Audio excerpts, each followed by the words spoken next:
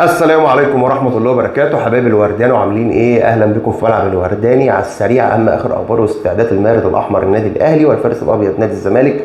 بس في البدايه رجاء من كل اخواتي وحبايبي قبل ما نبدا في الحلقه مع بعض نصلي على اشرف خلق سيدنا محمد صلى الله عليه وسلم، ويا ريت ندعي لاخونا اللاعب احمد رفعت والوالدي وجميع امواتنا بالرحمه والمغفره. ربنا يرحمهم رحمه واسعه ويغفر لهم ويسكنهم فسيح جناته. وما ننساش ندعي لاخواتنا في فلسطين ربنا ينصرهم ويزيل هذا الكرب والبلاء الغاشم الضعيف، امين يا رب العالمين. وما تنسوش يا حبايبي الوردان وفضلا وليس امرا في ثانيه الا ثانيه اللايك والشير وتعملوا اشتراك في القناه وتفعلوا زر الجرس عشان يوصلكم كل جديد بننزله. احنا مكملين بفضل الله سبحانه وتعالى ثم دعمكم المستمر لينا وانتوا رزقكم حبايب الوردان. وربنا نبدا بسم الله الرحمن الرحيم. حق اخونا اللاعب احمد رفعت رحمه الله عليه راجع، ربنا يرحمه ويغفر له ويسكنه فسيح جناته ويصبر اهله.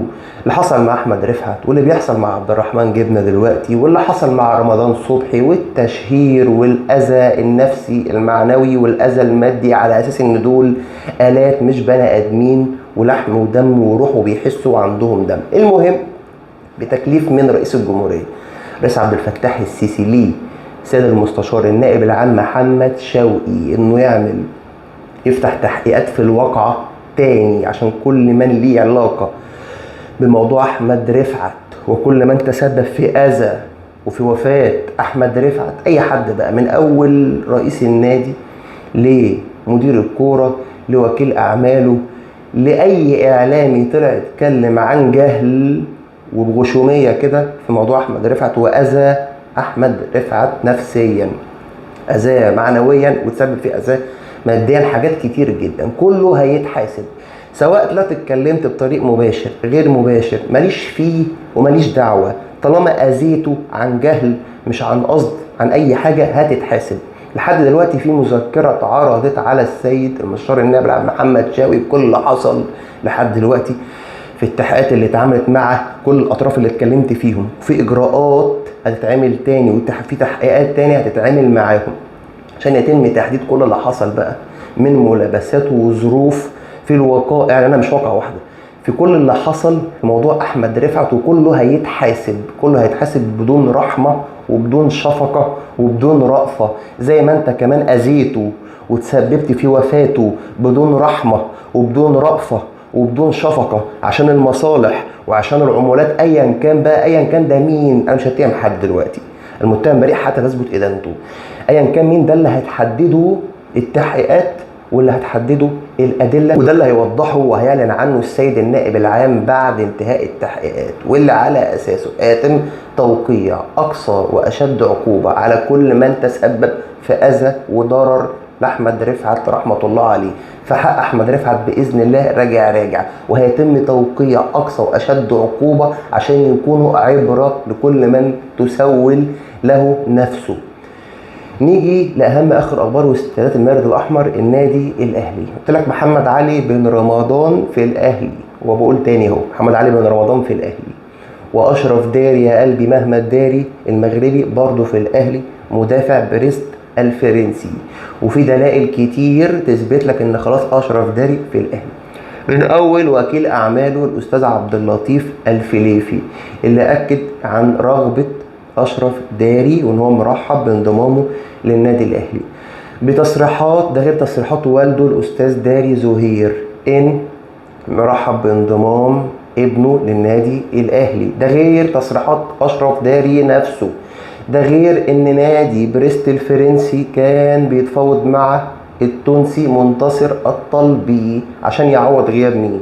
يعوض غياب انا، عشان يعوض غياب اشرف داري بعد رحيله للنادي الاهلي. فخلاص اشرف داري خد بختم النسر كده هيكون موجود في النادي الاهلي، وهياخد 4 مواسم وهياخد في الموسم $1,000,000، والمبلغ اللي هيدفع لنادي بريست الفرنسي هو $1,500,000. ده غير هيكون فيه مكافآت تانية وهيكون فيه نسبة في اعاده البيع. خلاص اتفقوا على كل حاجه تقريبا، ناقص بس الربش الاخيره اللي هي علاقه اللي هو طريقه السداد. هيدفع كاش كله مره واحده ولا هيتم دفع مبلغ مالي كبير الاول اللي هو الدفعه الاولى زي ما حصل في موضوع محمد عبد المنعم مدافع النادي الاهلي وانتقاله لفريق نيس الفرنسي.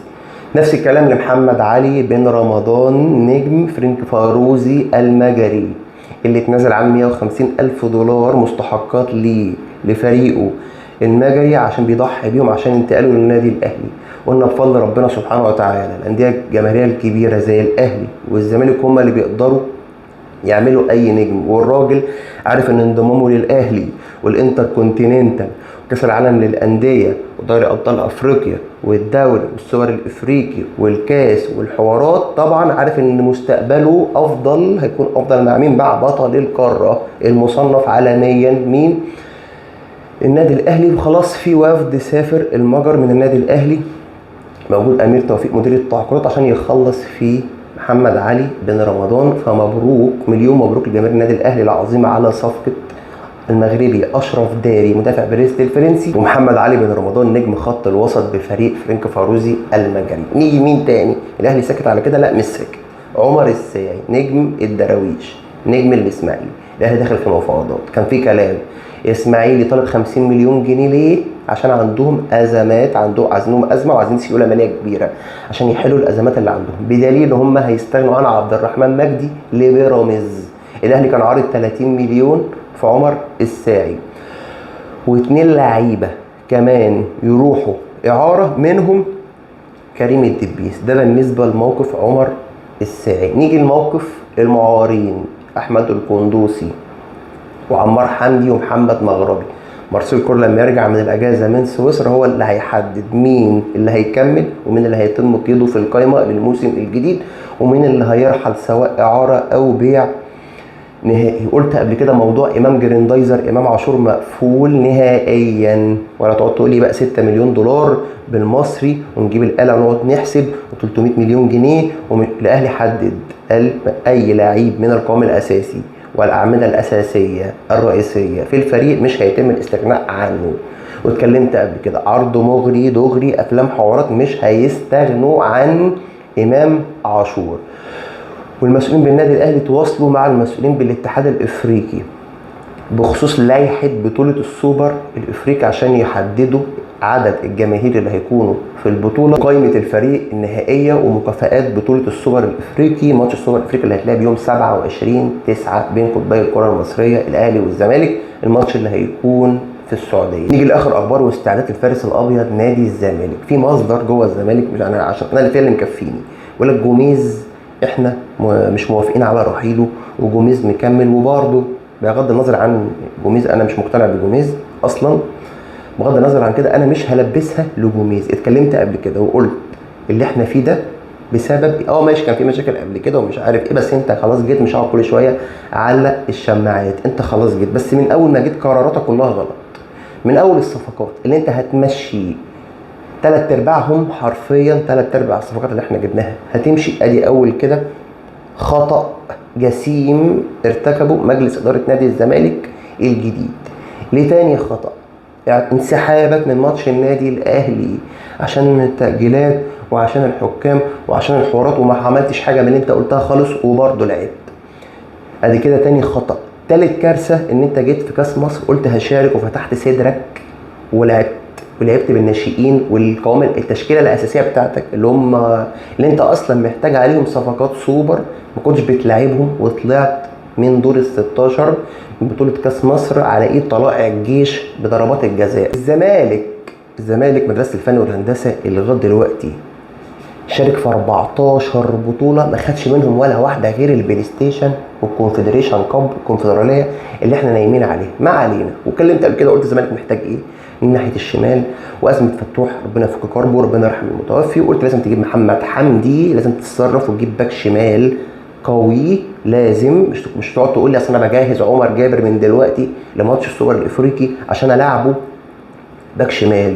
واحمد محمود اخيرا اللي احنا طالعينه اعاره اللي في الجونه باك يمين الجونه هيرجع، وجوميز وافق وحط له برنامج مخصص عشان يجهز نفسه ويشارك في الماتشات اللي جايه عشان احتمال بشكل كبير يلعب ماتش السوبر الافريقي. او احط بقى محمد شحاته ناحيه يمين العبه باك يمين اللي هو اصلا بيلعب في نص الملعب وعك في عك. وموضوع بن شرقي ما علينا، في كلام ان اخوه رشيد بن شرقي طلع وصرح وقال ان خلاص تم الاتفاق مع بن شرقي على $1,100,000، لكن الحاجات اللي هي علاقه بنسبه المشاركه ومقدم التعاقد والضرائب ده لسه المسؤولين من نادي الزمالك ما وصلوش لاتفاق في ال3 بنود دول مع اشرف بن شرقي، وكان الله في عون جماهير نادي الزمالك. حبايبي واخواتي، الحلقه عجبتكم ما تنسوش تدعمونا بلايك واشتراك وتفعلوا زر الجرس عشان يوصل لكم كل جديد بننزله. ما تنسوش تقولوا لنا رايكم في كومنت. سلام.